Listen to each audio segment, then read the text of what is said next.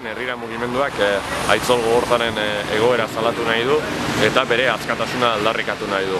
Aitzol Gogorzak gaixotasun psikologiko larria pairatzen du, nahasmen obsesio konpultsiboa pairatzen du, horrekin batera 24 orduz lagunduta egon behar du eta suizidioen kontrako protokoloa aplikatuta dauka. Espetxean egoteak ez dio batere onik egiten bere gaixotasunari eta egoera denboran zehar luzatu egin da eta horrek bere egoera animikoa eta bere osasun egoeraren kaltetzea sorrarazi du eta horren ondorioz iraganden asteazkenean hemen Basurtuko ospitalean ingresatu zuten. Gaurkoan beste behin ere herrira mugimenduak bai Aitzol, bai larri gaixo den gainontzeko 12 euskal preso politikoen askatasuna aldarrikatu nahi du.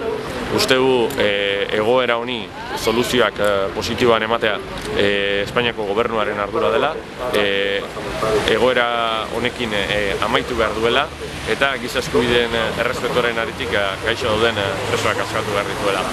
Horrekin batera, gaurkoan ez genuke ahaztu nahi nazioarteko bularreko minbiziaren nazioarteko eguna dela eta zentzu horretan Gotzone López de Luzuriagaren egoera ekarri nahiko genuke gogora.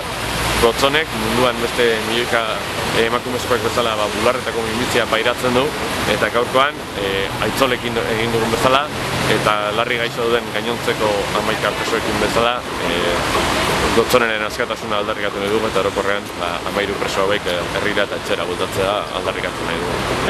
Guk ikusi dugu ez, uda honetan gaia lehentasunezko izan dela, lehen lerroan egon dela etengabe, baina zoritzarrez ere ikusi genuen zer nolako eskema edo behintzat egoera bizi izan genuen, ez?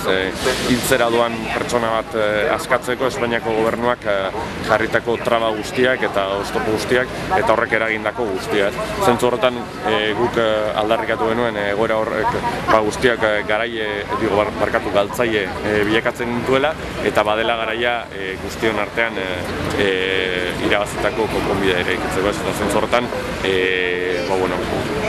ez du urratxik ikusi gaixo den presoen inguruan eta urratxoiek beharrezkoa dira, ezinbestekoa dira, giza eskubideen errespetuari dagokionez funtsezkoa dira eta hori da gaurkoan ere aldarrikatzen duguna eta gure ustez jendartearen gehiengoak ere